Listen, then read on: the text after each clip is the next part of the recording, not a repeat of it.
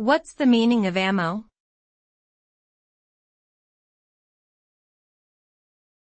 Ammo.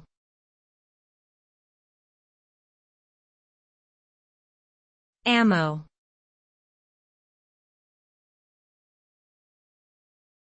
Ammo.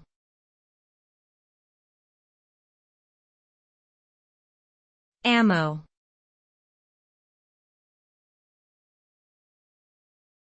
Ammo.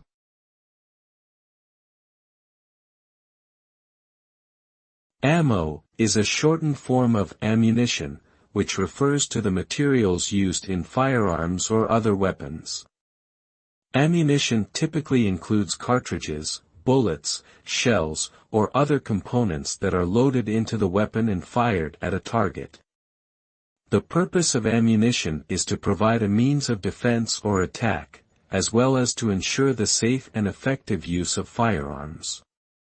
Ammo is an important aspect of military operations, as well as for individuals who own firearms for recreational or self-defense purposes.